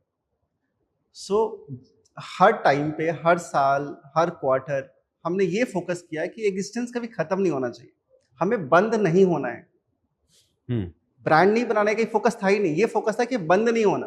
हम्म जैसे बाकी स्टार्टअप बंद हो जाते हैं, तो हमें ऐसा मॉडल बनाने की जरूरत थी, और हमने बनाई जिसमें कि आज की जो डिमांड है या आज की जो नीड है, हम उसके हिसाब से काम करें। आपने एग्जिस्टेंस की बात करी है जी और बड़ा अच्छा एग्जांपल आपने दिया कि जब हम डेटा पढ़ते हैं तो सच में 100 स्टार्टअप में से 90 स्टार्टअप बंद होते हैं। आपने एग्जिस्टेंस की लड़ाई लड़ी। आपने, मुझे लग रहा है कि आप, मतलब अगर आपकी भाषा को मैं समझूं तो आपने छोटे छोटे गोल्स तय किए सबसे पहले एग्जिस्टेंस को इस्टेब्लिश करने के लिए। जी लोग कहाँ फेल हो जाते हैं? अगर अदर स्टार्टअप्स की बात करूं तो एग्जिस्टेंस में कहाँ फेल हो जाते हैं? क्यों नहीं एग्जिस्टेंस को पहले स्टेबल कर पाते हैं, उसके बाद आगे की बात सोचते हैं? देखिए, मेरे लिए मुश्किल होगा कमेंट करना, बट जहाँ तक मैं बाकी लोगों से मिला हूँ, सो लोग पहले फोकस करते हैं कि फंडिंग कहीं से आ जाए, हम कहीं फैक्ट्री लगा लेते हैं। वो डिमांड जनरेशन पर फोकस नहीं करते। अगर किसी के पास डिमांड है, कस्टमर का बेस है, तो बैंक भी आपको फंड कर देगा, आप फैक्ट्री भी चल जाएगी। आजकल का जो मॉडल है वो कैपेक्स ड्रिवन मॉडल है। आप पहले एक जमीन खरीदते हैं, फैक्ट्री मतलब बिल्डिंग बनाते हैं, मशीन लाते हैं, फिर आप प्रोडक्ट बेचने में जाते हैं। ये मॉडल मुझे लगता है कि थोड़ा डिफिकल्ट मॉडल है। इसीलिए जो लाइट एसेट मॉडल होता है वो काफ़ी अच्छा रहता है, बिकॉज आप सारा टाइम कस्टमर के पीछे भाग रहे होते हैं। मोस्ट ऑफ आपने जो स्टार्टअप देखे, जो हमने देखे, बहुत सारे बिलियनियर बने, यूनिकॉर्न बने कोविड के टाइम पे, 2019-20 के बाद 2019-20 में। मोस्टली आज के दिन में एग्जिस्ट नहीं करते, इवन उनके पास किसी चीज़ की कमी नहीं थी, बट उनका कोर फोकस जो था वो कस्टमर कभी नहीं था। हमारा कोर फोकस हमेशा से कस्टमर रहा है। कस्टमर को क्या चाहिए और अपनी रीच कैसे बढ़ा सकते हैं। तो रीच बढ़ाने के लिए कंटेंट के अलावा और आपने क्या क्या किया? देखिए, पहले तो हमारा टारगेट ये था कि हम जितने बंदों को हायर करें, किसी की नौकरी जानी नहीं चाहिए। मतलब खर्चा इतना करो जितना आपके पास पैसा है। बड़ी बात है साहब, बहुत बड़ी बात ये है। पहला गोल्डन रूल था हमारा। हम्म दूसरा था कि आप जिस कस्टमर को बेच रहे हो, हम्म वो कस्टमर कभी भी उसको प्रॉब्लम नहीं होनी चाहिए, बिकॉज इससे आपका ब्रांड की रेपुटेशन, उसकी वैल्यू और आपको रिपीट रेफरेंस मिलता है। तीसरा हमने फोकस किया कि हमारे पास वो प्रोडक्ट हो जो किसी के पास ना हो। अगर आप लूम की हिस्ट्री पढ़ेंगे, इंडिया में जो सोलर में इनोवेशन हुआ है, इनोवेशन हमेशा टेक्नोलॉजी से होता है। कभी आपने पहले पुराने ज़माने के टीवी हुआ करते थे, अब आज LCD है, LED है, स्मार्ट टीवी है, एंड्रॉयड टीवी है। सो जो नए ब्रांड्स आते हैं वो इनोवेशन के थ्रू आते हैं। तो हमें ये था कि ब्रांड बनाना है तो हम क्या इनोवेशन करेंगे। पिछले 8 सालों में हर साल या हर दूसरे साल हमने वो टेक्नोलॉजी बनाई, उस टेक्नोलॉजी का प्रोडक्ट बनाया जो इंडिया में किसी ने नहीं बनाया। मतलब पहला मोनोपर्क टेक्नोलॉजी जो कि कम लाइट में काम करता है, लूम ने बनाया। पहला बाईफेशियल मॉड्यूल, मतलब पैनल जनरली आगे से, फ्रंट साइड से पावर जनरेट करते हैं, हमने एक ऐसा पैनल बनाया जो बैक साइड से पावर जनरेट करता है। फिर हमने हायर एफिशिएंसी का मॉडल बनाया, टॉपकॉन। और आज के दिन में जो टेक्नोलॉजी है, HT बोलते हैं उसको, जो फ्यूचर टेक्नोलॉजी बोला जाता है, वो भी लूम के पास है। तो लूम ने हमेशा से टेक्नोलॉजी पे काम किया, इसलिए मार्केट में हमें वो फायदा मिला एग्जिस्टेंस के लिए। आप टेक्नोलॉजी की बात कर रहे हैं और एक बड़ा बजवर्ड जो है वो आज की डेट में, अगर सोलर एनर्जी में आपको पता होगा, BESS। जी, ये बहुत लोग भविष्य के टेक्नोलॉजीज को कह रहे हैं। इसके बारे में थोड़ा बताइए, क्या आपने इसके ऊपर काम किया? अगर काम किया तो क्या था ये?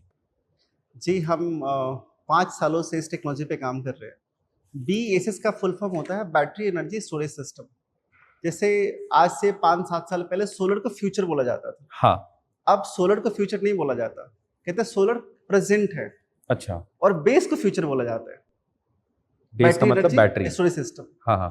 देखिए, अगर आप पूरे दुनिया को देखेंगे ना, तो सोलर सिर्फ दिन के टाइम पे अवेलेबल है, बट आपको जो बिजली चाहिए दिन और रात दोनों चाहिए, 24/7 चाहिए। तो without battery this is not possible. अब अभी तक क्या होता है, बिजली एक पॉलिटिकल मुद्दा है, क्योंकि बिजली की जो दरें हैं वो सरकार तय करती है। बट इंडिया के बाहर जो बिजली की रेट है वो सरकार तय नहीं करती।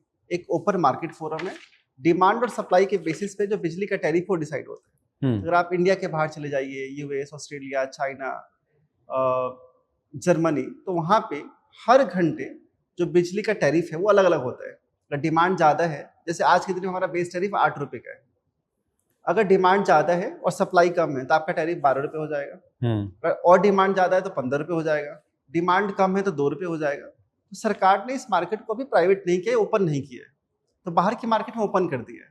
तो आप क्या करेंगे, आप बैटरी इसलिए लगाएंगे क्योंकि आपको सस्ता टैरिफ खरीदना है। तो आपने बैटरी लगा लिया, दिन के टाइम पे सोलर है, सोलर आपकी बैटरी को चार्ज कर देगी तो आपको फ्री में बिजली मिल जाएगी। हिंस बैटरी को फ्यूचर बोला जा रहा है। ठीक है। फ्यूजन इन्वर्टर क्या होता है, मतलब क्यों कहा जा रहा है कि इसमें लोग अक्सर कंफ्यूज हो जाते हैं कि क्या लगाएं, फ्यूजन इन्वर्टर लगाना सही होगा कि नहीं होगा, इसके बारे में थोड़ा बताइए। देखिए, हमारे 3 प्रोडक्ट है, solar module, battery and the inverter. जो सोलर मॉड्यूल है उसका जो सब ब्रांड है उसका नाम शार्क है, जो बैटरी है उसका नाम है कैमल, और जो इन्वर्टर है उसका जो सब ब्रांड उसका नाम है फ्यूजन। फ्यूजन एक प्रोसेस होता है टेक्नोलॉजी में, जिससे कुछ ना कुछ जनरेशन हो रहा है कि इन्वर्टर में एक प्रोसेसिंग का काम होता है, इसलिए इस इन्वर्टर को फ्यूजन बोला जाता है। अब थोड़ा आपके वापस से बिजनेस के ऊपर आते हैं। मतलब जब आपने लूम स्टार्ट किया और लूम की एग्जिस्टेंस की लड़ाई चल रही थी, और आपके या आपके को फाउंडर्स के बीच में या कभी ऐसा कुछ हुआ हो कि जहाँ पे आपको ऐसा लगा हो कि यार ये ना बड़ी गलती हो गई है कुछ, एक हर एंटरप्रेन्योर के लाइफ में या बिजनेस के करियर में ऐसा होता है कि यार ये जो गलती थी ये बहुत बड़ा ब्लंडर था, उस चीज़ को डील कैसे किया आपने और वो गलती क्या थी? देखिए, हमें कभी एहसास नहीं हुआ कि हमने कोई गलती करी है। अच्छा। चलिए, गलती का मतलब होता है कि आपने कहीं पैसा इन्वेस्ट कर दिया, कोई गलत टीम आपने हायर कर ली, या फिर आपके जो प्रोसेस है कंपनी के अंदर, सिस्टम एंड प्रोसेस, उसमें कई खामियां हैं। सो ऐसी प्रॉब्लम हमने कभी पास्ट में फेस करी नहीं है। अच्छा, मतलब सारी चीजें स्मूथली चलती रही, हाँ। छोटे छोटे गोल्स ठीक है। हमें कभी ये नहीं था कि हमें रातों रात बड़ा बनना है, हमें ये था कि हमें बस रहना है इस मार्केट में। और उसी एग्जिस्टेंस की लड़ाई करते करते आप मथुरा और मेरठ में गिग फैक्ट्री, मतलब गीगा फैक्ट्री बनाने के कवायद में है। क्या है गीगा फैक्ट्री, थोड़ा बताइए इसके बारे में। देखिए, सरकार ने 2024 में इसके पहले मुझे ये बताइए कि आपकी पहली फैक्ट्री खुली कब? अभी तक तो आप ओईएम में काम कर रहे थे जी, पहली फैक्ट्री का नींव कब डाला आपने और कहाँ खोला? सरकार ने 2024 में एक रूल लेके आई कि अगर आप खुद अपना मॉड्यूल नहीं बनाते हैं तो आप बेच नहीं सकते। अच्छा। ये सरकार का रूल था। अच्छा। क्योंकि हमने ब्रांड बना लिया, 500 लोगों का नेटवर्क बना लिया, 10,000 के आसपास रिटेलर थे हमारे पास। अगर हमारे पास फैक्ट्री नहीं होती तो उस डिमांड को पूरा नहीं कर पाता, इसलिए फैक्ट्री लगाना हमारी मजबूरी थी सरकार की मेक इन इंडिया इनिशिएटिव के तहत। ठीक है। इसलिए हमने पहली फैक्ट्री 2024 में हरियाणा के पलवल में लगाई। अच्छा। अब जब हमने फैक्ट्री लगाई तो हमें समझ आया कि हम सिर्फ अभी एक ही सेगमेंट में काम कर रहे हैं, जो कि रिटेल है, जो कि प्राइवेट कंज्यूमर है। ठीक है। फैक्ट्री लगाने के बाद हमने 3, 4, 5 और जो सेगमेंट होते हैं जो फैक्ट्री होने के बाद ही आपको मिल सकता है। जैसे फॉर एग्जांपल आपको गवर्नमेंट को सप्लाई करनी है, तो गवर्नमेंट में क्या होता है कि पहले आपका जो ब्रांड है उसका अप्रूवल होता है, इंजीनियर्स अप्रूव करते हैं। आप जो प्रोडक्ट बनाते हैं उनके इंजीनियर्स आपकी फैक्ट्री में आकर उसका इंस्पेक्शन करते हैं। उसके बाद आपकी प्रोडक्ट सेल आउट होता है। अगर आपकी फैक्ट्री नहीं है तो आप सरकार को प्रोडक्ट नहीं बेच पाएंगे, तो सरकार जल्दी मैन्युफैक्चरर्स लेती है। तो जब हमने फैक्ट्री लगाया तो हमने सबसे पहले रेलवे को सप्लाई किया। रेलवे आज के दिन हमारा सबसे बड़ा कस्टमर है। अच्छा। हमने एमईएस को सप्लाई किया, हमने इसरो को सप्लाई किया, हमने जरेडा को सप्लाई किया, तो बहुत एचपीसीएल को हमने सप्लाई किया, हमने इंडियन ऑयल को सप्लाई किया। जब हमने फैक्ट्री लगाया तो फैक्ट्री को बड़ा करने का फिर गोल आया। एक तो फैक्ट्री इसलिए लगाया था ताकि मेक इन इंडिया का प्रेशर सरकार का था कि आपको फैक्ट्री होना चाहिए, बट फैक्ट्री को चलाने के लिए ये जरूरी है कि आप हर साल उसकी कैपेसिटी बढ़ाएं, ज़्यादा वर्कर डालें आप, और जितना ज़्यादा लार्ज फैक्ट्री होगा उतना आपका जो ऑपरेटिंग कॉस्ट है कम होएगा। तो गीगा फैक्ट्री का कॉन्सेप्ट वहाँ पे आता है जहाँ पे आप हर 1 मिनट में एक मॉड्यूल बनाना चाहते हैं। अच्छा 1 मिनट 1 मॉड्यूल। जितना आपका कॉस्ट ऑफ प्रोडक्शन लोएस्ट होगा उतना आप मार्केट में विन कर सकते हैं। बिकॉज इस इंडस्ट्री में बड़े बड़े प्लेयर हैं, अदानी है, टाटा है, महिंद्रा है, वारी है, लुमिनस है, हैवेल्स, जिसका भी आप नाम लेंगे वो सब बड़े बड़े प्लेयर हैं। अगर मुझे उनसे कॉम्पीट करना है तो मेरा जो स्किल होना चाहिए उनके बराबर होना चाहिए। अगर उनके पास गीगा फैक्ट्री तो हमारे पास भी गीगा फैक्ट्री होनी चाहिए। जैसे आपने एग्जाम्पल बोला, स्टार्टिंग में टीम इंपॉर्टेंट था, पैसा इंपॉर्टेंट था। क्या इंपॉर्टेंट था आपके लिए? उस टाइम पे कुछ भी इंपॉर्टेंट नहीं था क्योंकि स्किल बहुत छोटा था। आज के दिन में हमें टीम भी चाहिए, हमें पैसा भी चाहिए, हमें सरकार से सपोर्ट भी चाहिए, और हमें उस हर चीज़ को मैच करना पड़ेगा जो बड़े ब्रांड्स करते हैं, जो अदानी, टाटा, वारी, लुमिनस, हैवेल्स करते हैं। Hence the concept of the giga factory come in कि हम कॉस्ट कॉम्पिटिटिव तभी हो सकते हैं जब हम भी उसी स्किल का प्रोडक्शन करेंगे। सो हमारी एक फैक्ट्री आ रही है मथुरा में 1.2 गीगावाट, जिसमें हर 1 मिनट में एक मॉड्यूल बनेगा, एक सोलर पैनल बनेगा, और ये फुल्ली ऑटोमेटिक मॉड्यूल होगा। आपने एक साइड में सोलर सेल डाला और लास्ट में आपका मॉड्यूल विद द रोबोटिक्स लगे होते हैं, बहुत बड़े बड़े मशीन्स होते हैं, काफ़ी महंगे होते हैं। अगर हम 1.2 गीगावाट की फैक्ट्री लगा रहे हैं तो करीबन 150 करोड़ का इन्वेस्टमेंट इसमें जाएगा, और ये फैक्ट्री हमारी मार्च में ऑपरेशनल हो जाएगी। ऑपरेशनल हो जाएगी जी होप आप हमें इनवाइट करेंगे इस जी, फैक्ट्री के बिल्कुल इनॉग्रेशन करेंगे, में। क्यों नहीं करेंगे। ठीक है, आप जब टीम की बात कर रहे हैं तो जिस तरह का आपका बिजनेस है इसमें अगर मैं पिरामिड हायरार्की देखूं तो मैनेजमेंट में एकदम बिल्कुल शार्प, स्ट्रैटेजिकल और बहुत हाई लेवल के अंडरस्टैंडिंग लोग चाहिए जी जो चीज़ों को बिल्कुल समझ सकें, स्ट्रैटेजी बना सकें, और स्ट्रैटेजी बनाने के साथ उसकी एग्जीक्यूशन पे भी उसी लेवल पे काम कर सकें। जी आपकी उस लेवल की हायरिंग टीम, और एक लेवल आता है जहाँ पे जो सिर्फ और सिर्फ फॉलोअर्स जो होते हैं, जी स्ट्रैटेजी को फॉलो करने वाले, इनसे काम करवाना थोड़ा मुश्किल हो जाता है आपके बिजनेस वाले कॉन्सेप्ट में। जी आप समझ रहे हैं मैं किन की बात कर रहा हूँ, जो अभी आपके डिस्ट्रीब्यूटर के साथ काम कर रहे होंगे, सेल्स पर्सन, डिजिटल मार्केटिंग की स्ट्रैटेजी बनाना हो गया, ग्राफिक की स्ट्रैटेजी बनाना हो गया। क्योंकि जब आपने कहा कि बड़े बड़े ब्रांड के साथ हम compete कर रहे हैं तो हमारी पैकेजिंग भी वैसी होनी चाहिए। कैसे हायर करते हैं वैसी टीम? हायरिंग का प्रोसेस क्या होता है? मैं आपको एक अच्छा एग्जाम्पल बताता हूँ। आज से 3 साल पहले एक इन्वेस्टर आया हमारी कंपनी में पैसा फंड करने के लिए। जब उन्होंने डेटा एनालिसिस किया तो पता लगा हमारी कंपनी में कोई भी बड़ी टीम नहीं है जिसकी आप बात करते हैं, जो IM से होना चाहिए, IT से होना चाहिए, इनका पे पैकेज बहुत होता है। वो सरप्राइज हो गए, ये कैसे पॉसिबल है कि आप इन लोगों से काम कराते हो और इतना अच्छा काम कराते हैं। हमारी स्ट्रेटजी बड़ी सिंपल रही है कि हर एक बंदा अपना बेस्ट कर सकता है अगर उसको अपना करियर ग्रोथ दिखता है। हम क्या करते हैं, हम लोग बाहर से बंदे हायर नहीं करते। हम लोगों की कंपनी में रूल है कि अगर आपको कंपनी में आना है तो इंटर्नशिप के रूट के थ्रू आना पड़ेगा आपको। अच्छा, कोई बंदा कॉलेज से पास आउट होता है या फिर जिसकी पहली या दूसरी जॉब है, वो एज ए इंटर्न हमारी कंपनी में आता है। पहले हम उसको 8,000 रुपये देते हैं, फिर जब वो अच्छा काम करता है फिर उसको एम्प्लॉय बनाते हैं। 3 सालों में हमें पता लग जाता है कि बंदा कहाँ तक जा सकता है। अगर आप में काम करने का जज्बा है, आप इंटेलिजेंट है, और आप किसी भी अच्छे कॉलेज से नहीं हैं, आप मीडियम कॉलेज से भी हैं, लेकिन ये 2 स्किल आपके अंदर है और आप समझते हैं कि कंपनी अपनी है, मैं जॉब नहीं कर रहा, वो ऐसे सारे बंदे टॉप लेवल पे पहुंच जाते हैं। नहीं, फिर भी यहाँ पे एक विरोधाभास मुझे जो समझ नहीं आ रहा है। जब भी हम बड़ी कंपनीज की बात करते हैं जहाँ पे इन्वेस्टमेंट और टर्नओवर, इन्वेस्टमेंट आपने कहा कि 150 करोड़ का इन्वेस्टमेंट है गीगा फैक्ट्री को बनाने में, कम नहीं होता 150 करोड़। 150 करोड़ को मैनेज करने के लिए टीम भी उस शार्प माइंडेड की होनी चाहिए ना। जैसे मैं डिजिटल मार्केटिंग की ही बात करूँ, आप डिजिटल मार्केटिंग को समझते हैं, आप कंटेंट बनाते हैं। आपसे अच्छा डिजिटल मार्केटिंग मुझे लग रहा है कि टीम में विरले ही कोई समझता होगा। इंटर्नशिप से अगर किसी को डिजिटल मार्केटिंग इंटर्न आप बनाते हैं और इंटर्न से डिजिटल मार्केटिंग हेड यानी कि डिजिटल मार्केटिंग हेड आप बनाते हैं, प्रोसेस तो बहुत लंबा होगा।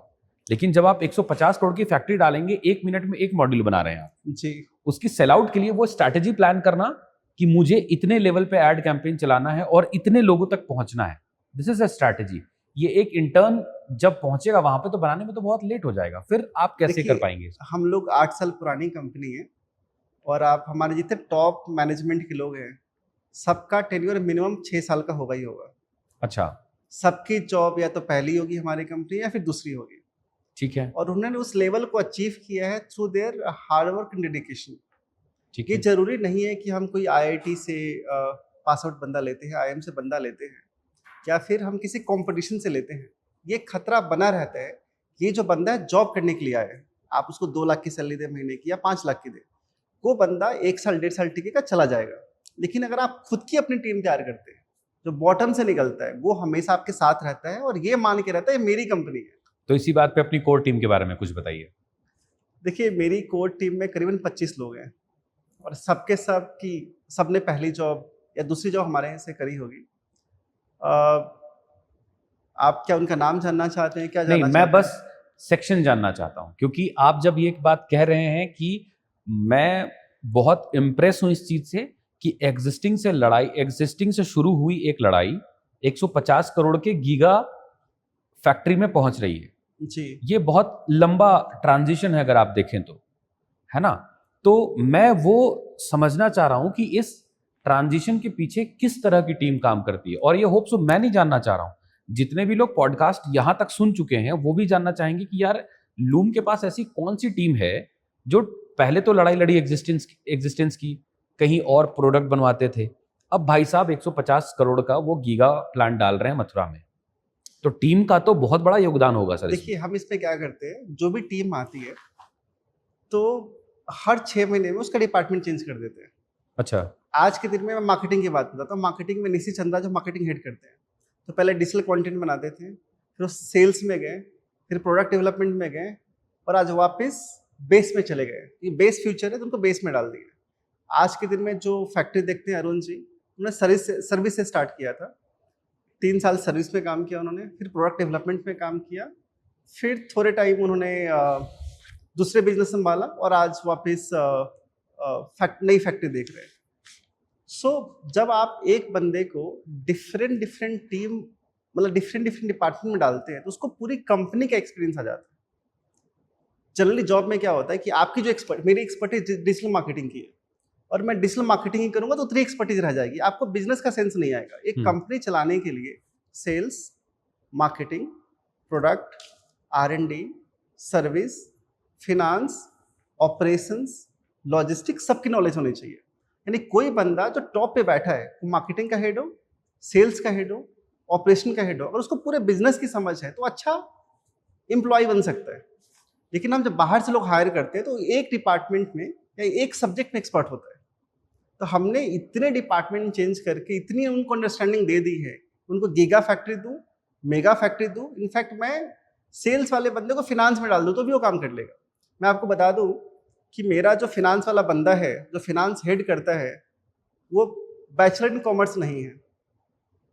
अच्छा, जो मेरा बंदा प्रोडक्ट हेड करता है वो बीटेक नहीं है।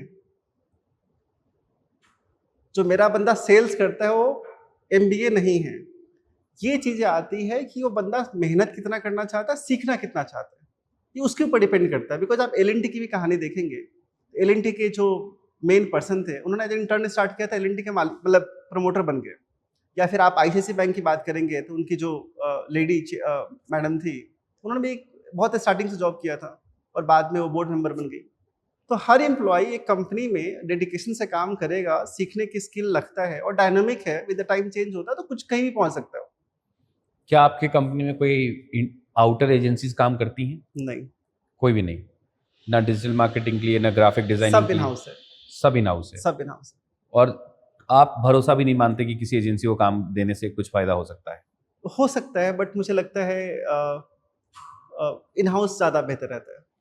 ठीक है, अब कुछ ऐसे सवालों पे आते हैं कि जो आपके सोलर एनर्जी और बैटरी के फ्यूचर को डिसाइड करेगा। अभी आपसे बैक कैमरा बात हो रही थी तो आपने कहा कि सरकार खुद मना करती है कि सिर्फ सोलर मत यूज करो। क्या है पूरी कहानी, क्यों सरकार मना कर रही है? कुछ दिन पहले तो प्रमोट कर रही थी। देखिए अभी क्या हो रहा है कि जो हम बिजली लेते हैं ग्रिड के थ्रू, डे टाइम में सोलर की जो इंस्टॉल्ड कैपेसिटी है करीबन 150 गीगावाट के आसपास हो गया है। ये जो भी सोलर पैनल पावर प्रोड्यूस करते हैं वो ग्रिड को फीड होता है। जब हम दिन में ग्रिड को और फीडिंग करेंगे तो ग्रिड हमारा अनस्टेबल हो जाएगा। और सब सरकार नहीं चाहती कि सोलर हर समय ग्रिड को फीड करे। सरकार ये चाहती है कि आप जो भी सोलर से बिजली बना रहे हैं साथ में बैटरी रखिए और खुद कंज्यूम कीजिए, आप ग्रिड को फीड मत कीजिए। तो इसमें कोई सरकार की कोई ऐसी योजना जो चल रही हो और बंद होने वाली हो? तो सरकार ने पिछले साल ये मैंडेट कर दिया है, हर एक सेगमेंट को, यूटिलिटी हो, कमर्शियल हो, इंडस्ट्रियल हो या रेसिडेंशियल हो, सरकार ने एक नोटिफिकेशन निकाला है कि जो भी बंदा सोलर लगाना चाहता है वो साथ में बैटरी और लगाए। अभी 10% मैंडेट किया, बट आने वाले टाइम में 100% तक पहुंच जाएगा। ठीक है, अब आते हैं कुछ कड़वे सवालों के ऊपर। आप मुझे ये बताइए कि आपने कहा कि सोलर के साथ बैटरी लगाइए, कितना बैटरी, अगर मैं आप 40 लाख घरों की बात से शुरुआत हुई थी, सब अमीर लोग बैटरी लगा रहे हैं और अमीरों के पास पैसा होगा, अगर बिजली बिल कम लगेगा पैसा भी बचेगा, मानता हूं इस बात को। आज से 10 साल के बाद क्या वो बैटरी कचरा नहीं हो जाएगा?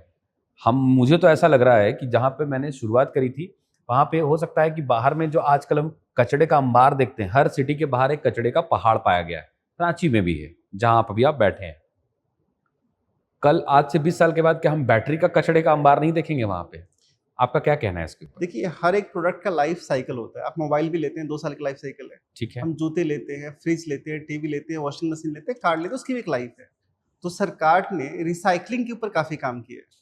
यानी हम जो मॉडल बना रहे हैं या हम जो बैटरी बना रहे हैं, तो सरकार ने हमको ये भी बोला है कि जो जब बैटरी की लाइफ पूरी हो जाएगी तो इसको आपको रिसाइकल भी करना है। अच्छा, इसको आपको फेंकना नहीं है। अच्छा, और इसके लिए बहुत स्ट्रिक्ट सरकार की पॉलिसी है।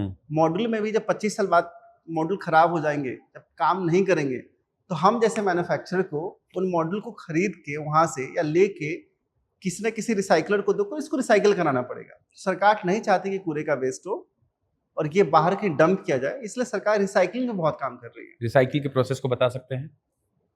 देखिए, हर प्रोडक्ट का अलग अलग प्रोसेस होता है। इलेक्ट्रॉनिक अलग प्रोसेस मुझे होता है। बैटरी का जानना है। बैटरी में 2 तरह की बैटरी होती है, एक लेड एसिड होता है और दूसरा लिथियम आयन होता है। हम लोग जिस टेक्नोलॉजी में काम करते हैं वो लिथियम आयन है। जो बैटरी आपने अपने घरों में देखा होगा जिसमें एक 100 एच या 150 एच 12 वोल्ट की बैटरी होती है, उसमें लेड होता है। लेड एक मेटल है जिसमें करीबन 60% लेड का कंटेंट होता है। फॉर एन एग्जांपल, आप जो बैटरी खरीदते हैं आज के दिन में, उसकी लाइफ 3 साल की है। एक साइड की बैटरी खरीदेंगे, उसकी लाइफ 3 साल की है। 3 साल के बाद बैटरी बैकअप नहीं देती। आप उस बैटरी को किसी स्क्रैपर को बेच देते हैं। आज भी अपनी पुरानी बैटरी किसी को बेचेंगे तो आपको 2,500-3 हजार रुपये देगा। ठीक है, आज भी देगा आपको। ठीक है। और वो स्क्रैपर क्या करता है, बल्क में खरीद के रिसाइकलर को बेच देता है। रिसाइकलर उसमें से प्लास्टिक को अलग सेग्रीगेट करता है, लेड को अलग सेग्रीगेट करता है और फिर वापस लेड रीयूज होता है उसी बैटरी को बनाने के लिए। अच्छा, जैसे जब हम सोलर पैनल को स्क्रैप करते हैं तो उसमें चांदी निकलता है। सोलर सेल में चांदी लगे होते हैं, चांदी का पेस्ट होता है, सिल्वर का पेस्ट होता है। जब उसको तोड़ेंगे सोलर पैनल को, तो एक जगह से एल्युमिनियम निकलेगा, एक जगह से ग्लास निकलेगा, एक जगह से कॉपर निकलेगा, प्लास्टिक निकलेगा और सिल्वर निकलेगा। तो वापस उसको प्रोसेस करके एक नया प्रोडक्ट बनाया जाएगा। ठीक है। लेड और लिथियम आयन, अगर लेड, जो आपने लेड की बैटरी की बात की जिसमें हम अक्सर डिस्टिल्ड वाटर भी डालते हैं, डिस्टिल्ड वाटर डालते हैं, जी जी, डिस्टिल्ड वाटर डालते हैं, उसकी लाइफ 3 साल है। क्या कोई तरीका है कि उसको रिप्लेस करके लिथियम आयन को हम ले लें, या लिथियम आयन ज़्यादा खतरनाक है? दोनों में अंतर थोड़ा बता दीजिए। देखिए, लेड एसिड एक ओल्ड टेक्नोलॉजी का प्रोडक्ट है। अब जितनी भी बैटरी लगेगी या लग रही हैं वो सारी लिथियम लगेगी। जैसे आप 2 व्हीलर बाइक देखते हैं, आप कार देखते हैं, और जो घर की बैटरी हो गई, उन सब में लिथियम का ही यूज हो रहा है। अच्छा, लिथियम बैटरी की खास बात क्या है, जो पुरानी टेक्नोलॉजी की बैटरी थी उसको चार्ज करने में 10 घंटा लगता था। ठीक है, लेकिन जो लिथियम बैटरी जो आप मोबाइल में यूज करते हैं वो आपका आधे घंटे 1 घंटे में चार्ज हो जाता है। ठीक है, करेक्ट है ना?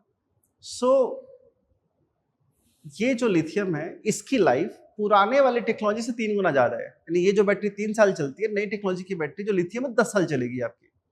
साथ में जल्दी चार्ज होगी, जल्दी डिस्चार्ज होगी, और आपको स्पेस भी कम चाहिए क्योंकि इसकी जो पावर स्टोरेज कैपेसिटी पर स्क्वायर मीटर काफी कम है। Hence the new technology will be replacing the old technology. तो लिथियम आयन ज़्यादा सही है अभी फिलहाल के लिए घरों में बैटरी आज लगाने के लिए, कल के लिए और हमेशा फ्यूचर के लिए। एक टाइम ऐसा आएगा जैसे आपके पुराने टीवी रिप्लेस हो गए, आपका पुराना लेड एसिड रिप्लेस हो जाएगा। अच्छा, और ये बहुत जल्दी आ जाएगा। मेरे घर के लिए अगर मुझे, अब मेरे पास भी लेड बैटरी जिसमें मैं पानी डालता हूँ जी, और मेरे लिए मेंटेनेंस बहुत मुश्किल हो जाता है, मैं बाहर रहता हूँ, तो मेरी माँ बाप, मेरे मतलब माता पिता के लिए पॉसिबल नहीं है कि वो घसकाएं, उसमें पानी डालें, उसके कार्बन को छुड़ाएं। ये बहुत एक मेंटेनेंस का प्रोसेस है। आपकी सलाह जो है वो मेरे जैसे यूजर के लिए क्या होगी? लिथियम आयन यूज करना? हाँ बिल्कुल, हर कंज्यूमर को लिथियम आयन यूज करना चाहिए, क्योंकि एक तो आपका 10 साल बैटरी चलेगा, मेंटेनेंस नहीं है, जहाँ पुरानी बैटरी 10 घंटे में चार्ज होती है 2 घंटे में चार्ज हो जाती है, ठीक है।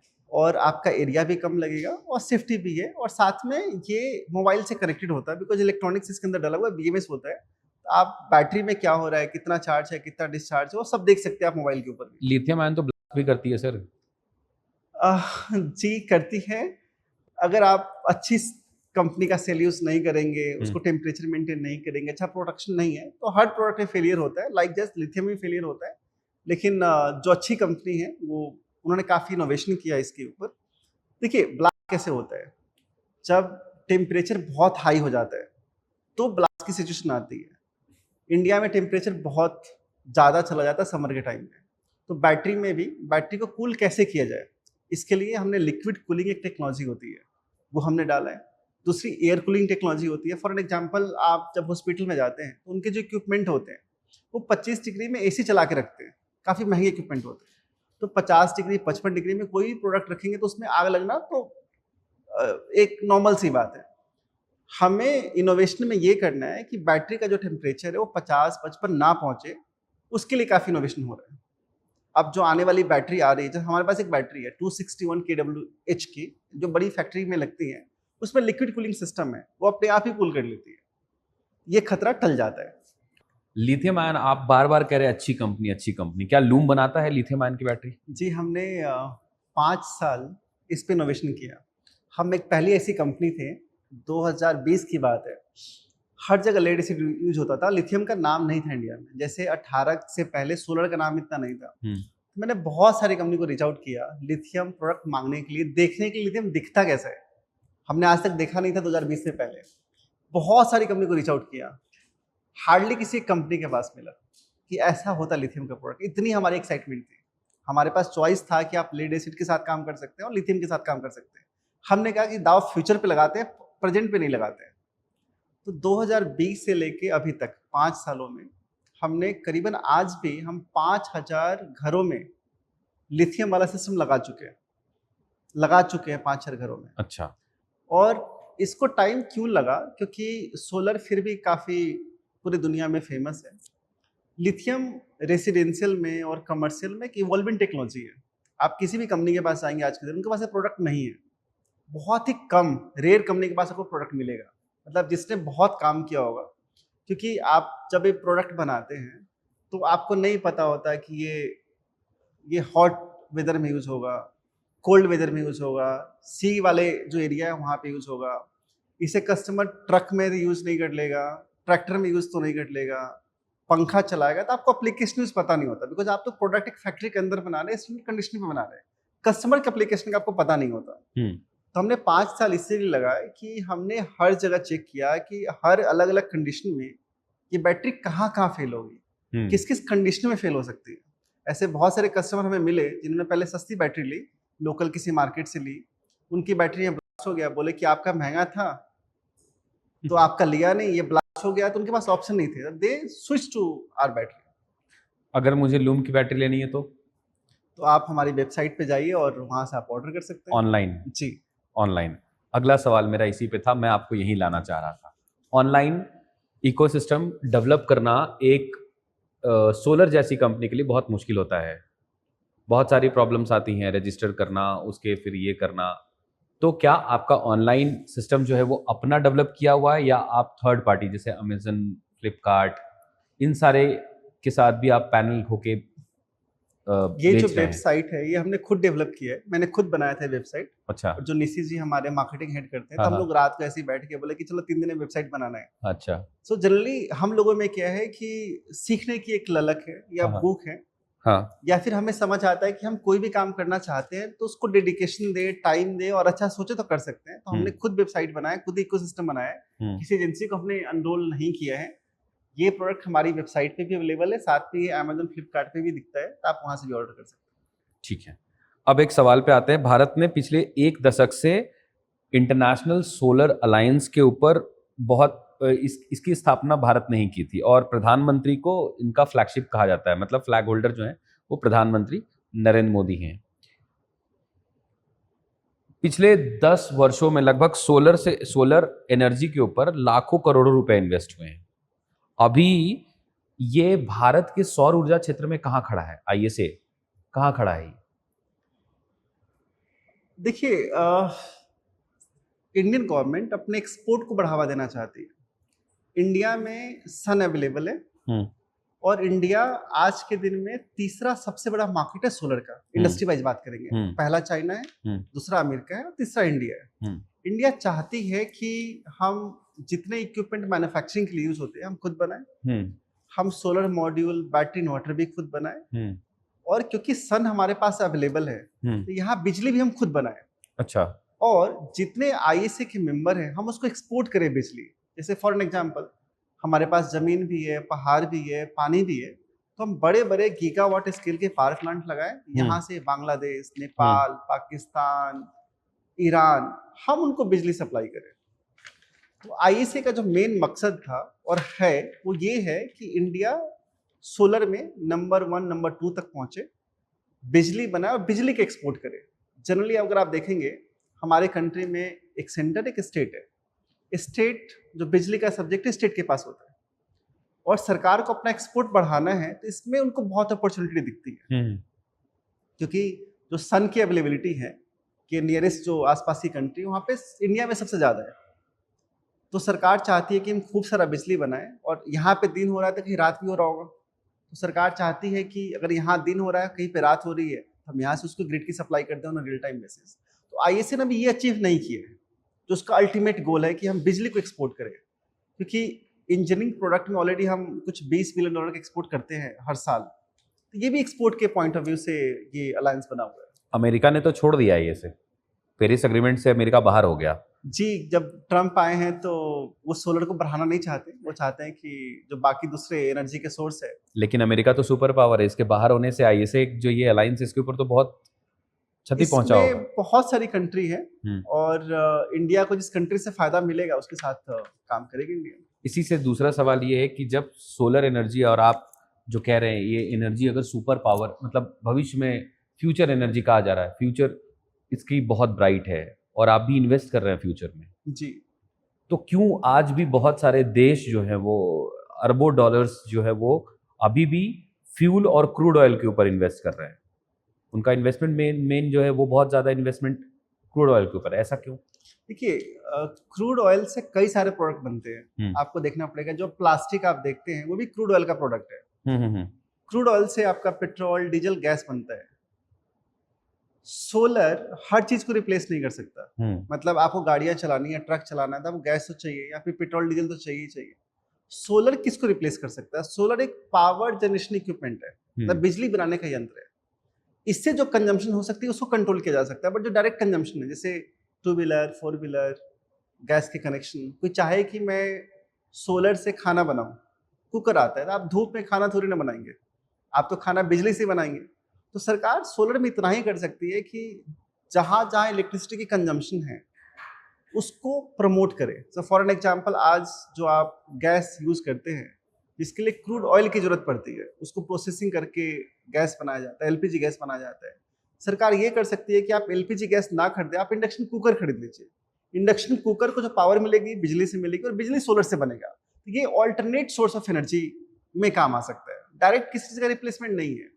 हेंस हर इकोनॉमी को और हर कंट्री को वो पैसा जो पेट्रोलियम प्रोडक्ट वो लगाना ही पड़ेगा उनको। क्या हम कभी सोलर से गाड़ी चलते देखेंगे? आप सोलर से कभी गाड़ी चलते नहीं देखेंगे, आप गाड़ी बैटरी से चलते हुए देखेंगे, और बैटरी को चार्ज करने के लिए आपको बिजली की जरूरत पड़ेगी और बिजली सोलर से बनता हुआ आपको दिखेगा। तो क्या जितने भी आजकल चार्जिंग स्टेशन हैं क्या उनको सोलर एम्पावर्ड किया जा सकता है?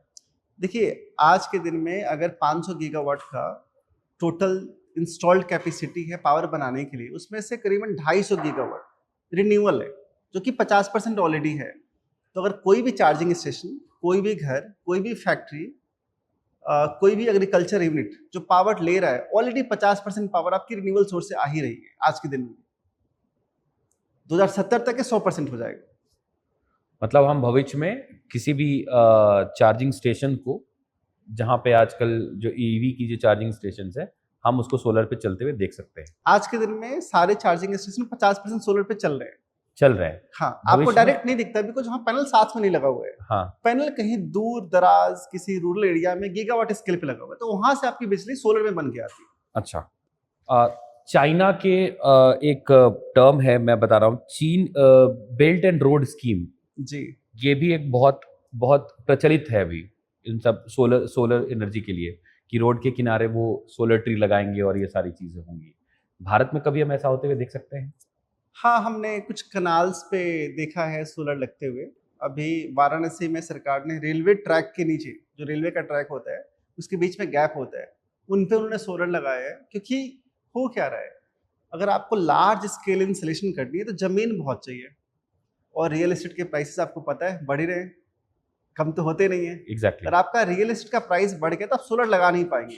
सरकार एक ऑल्टरनेटिव तरीका ढूंढ रही है जहां पे उसको जमीन में इन्वेस्टमेंट करने की जरूरत ना पड़े, जिसको सोलराइज किया जा सके। अगर आप गाजियाबाद जाएंगे या नोएडा जाएंगे तो जो पुल बना है वो पूरा पुल के दोनों साइड सोलर पैनल्स लगे हुए हैं। उस रोड को जितनी इलेक्ट्रिसिटी मिलती है, दिल्ली मेरठ एक्सप्रेस पे जो है, वो पूरी की पूरी सोलर से पावर्ड है। तो रोड के साइड में सरकार ने सोलर मॉड्यूल लगा दिए, उससे जितनी बिजली की जरूरत होती है पूरी होती है। ठीक है। एक सवाल ये भी आता है कि क्या भविष्य में कभी भी हम भारत को सोलर एनर्जी के क्षेत्र में सुपर पावर बनता देखेंगे? बहुत मुश्किल है, बट सपना देखने में कोई नहीं, आपने बड़ी बात कही। मुश्किल क्यों है जब हम इतना काम कर रहे हैं? हमने अलायंस बनाया, अमेरिका जैसे और बहुत सारे देशों को हमने ये किया। 3 बड़े सोलर के प्रोडक्शन जब 3 बड़े देशों की बात आती है उसमें तीसरे नंबर पे हम हैं। देखिए, आप समझिए, सोलर बनाने के लिए 3 चीज़ें चाहिए आपको। एक चाहिए आपको रॉ मटेरियल, तो रॉ मटेरियल पॉलीसिलिकॉन, उससे बनता है इंगट, इंगट से वेफर, वेफर से सेल, सेल से मॉड्यूल। इंडिया में आज जो कैपेसिटी है फिनिश गुड यानी मॉड्यूल बनाने की कैपेसिटी है। सरकार ने जून के बाद बोला कि हम सेल भी बना लेंगे। 97% रॉ मटेरियल चाइना में अवेलेबल है। अच्छा। यानी अगर आपको मॉड्यूल से पहले सेल चाहिए, सेल से पहले वेफर चाहिए, वो मशीन भी चाइना बनाता है। और आपकी जितनी फैक्ट्री है, वो मॉड्यूल सेल की फैक्ट्री है, उसका रॉ मटेरियल भी चाइना से आता है। अगर चाइना ने आपको रॉ मटेरियल देना बंद कर दिया तो आप सोलर मॉड्यूल की फैक्ट्री सारी बंद हो जाएंगे। इसके लिए भारत सरकार कुछ कर रही है या आप जैसे एंटरप्रेन्योर्स कुछ कर रहे हैं? देखिए, इसमें बहुत हेवी R&D लगती है, बहुत पैसा लगता है इनकी इक्विपमेंट को बनाने के लिए। एक तो सरकार काफ़ी काम कर रही है कि हम खुद मॉड्यूल बनाएं, खुद सेल बनाएं, खुद वेफर इंगोट बनाएं और खुद पॉलीसिलिकॉन बनाएं। ये सरकार का टारगेट है अगले 5-7 सालों में करने के लिए।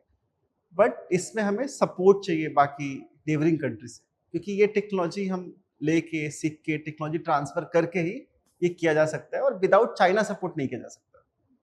जैसे आपने देखा जब चाइना और यूएस की लड़ाई हुई तो चाइना ने रेयर अर्थ मटेरियल सप्लाई करना बंद कर दिया, और यूएस फिर पीछे थोड़ा नीचे झुका, क्योंकि उनके बिना रेयर अर्थ मटेरियल से उनके जो फाइटर जेट नहीं बन सकते थे। आपकी जो कारों में चिप्स यूज होती है वो नहीं बन सकते थे। उसी तरीके से सोलर में हमारी बहुत डिपेंडेंसी है, हमारी नहीं पूरी दुनिया की डिपेंडेंसी चाइना के ऊपर है। कोई ऐसी कंट्री जो बहुत सारा पैसा खर्च करे इनोवेशन पे, R&D पे, तब हम इसमें कुछ कर सकते हैं। ठीक है। तो सवाल मेरा अंतिम ये है, एक बहुत कॉमन सवाल से मैंने शुरुआत की थी और कॉमन सवाल से खत्म कर रहा हूँ कि क्या भविष्य में बिजली कभी मुफ्त हो सकती है? बिजली के लिए हमें क्या 0 रुपए कभी देने, ऐसा समय आएगा कि हम बिजली मुफ्त यूज करेंगे, 1 रुपए भी हमारे जेब से नहीं जाएगा? अगर आप टेस्ला से बात कर लीजिए तो पॉसिबल है। ऐसे पॉसिबल नहीं है। हाँ, मतलब इंडिया में आप देखेंगे 3 चीज़ों के दाम बढ़ेंगे हमेशा। एक रियल एस्टेट, दूसरा ऐसे प्रोडक्ट जहाँ पे एल्युमिनियम, कॉपर, सिल्वर यूज होते हैं, तीसरा इलेक्ट्रिसिटी के दाम हमेशा बढ़ते जाएंगे, कम नहीं होंगे। जो टैरिफ आज से 5 साल पहले था, 3 साल पहले था, और आज जो है, ये टैरिफ बढ़ेंगे, कम नहीं होंगे, और बिजली फ्री मिल नहीं सकती है। एक और तरीका है, सरकार बोले इसका पैसा मैं पे करता हूँ, सब्सिडी दे देता हूँ, जैसे बाकी स्टेट्स में होता है। दिल्ली में 200 यूनिट की बिजली फ्री है, अभी बंगाल में है, तमिलनाडु में है। तो सरकार चाहे तो कंज्यूमर को, जो जो गरीब कस्टमर है जिनका पावर कंजम्पशन कम है, बिहार में भी है फॉर एग्जाम्पल 150 यूनिट फ्री मिलती है, तो सरकार चाहे तो आपको फ्री बिजली दे सकती है।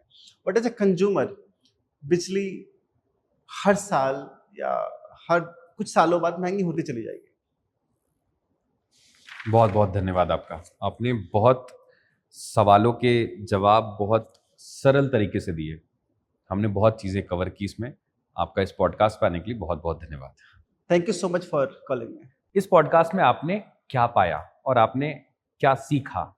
आपने ये सीखा कि बिजनेस खड़ा कैसे किया जाता है। एक बड़ी बात जो मैं अपने साथ इस पॉडकास्ट के बाद लेकर जा रहा हूं कि आप अगर कंफर्टेबल जोन में हैं तो आप कुछ नहीं कर पाएंगे। आपका सबसे ज्यादा जो लर्निंग मोमेंट होता है वो आपका डिस्कम्फर्ट मोमेंट होता है। ये मैं सीख के जा रहा हूं।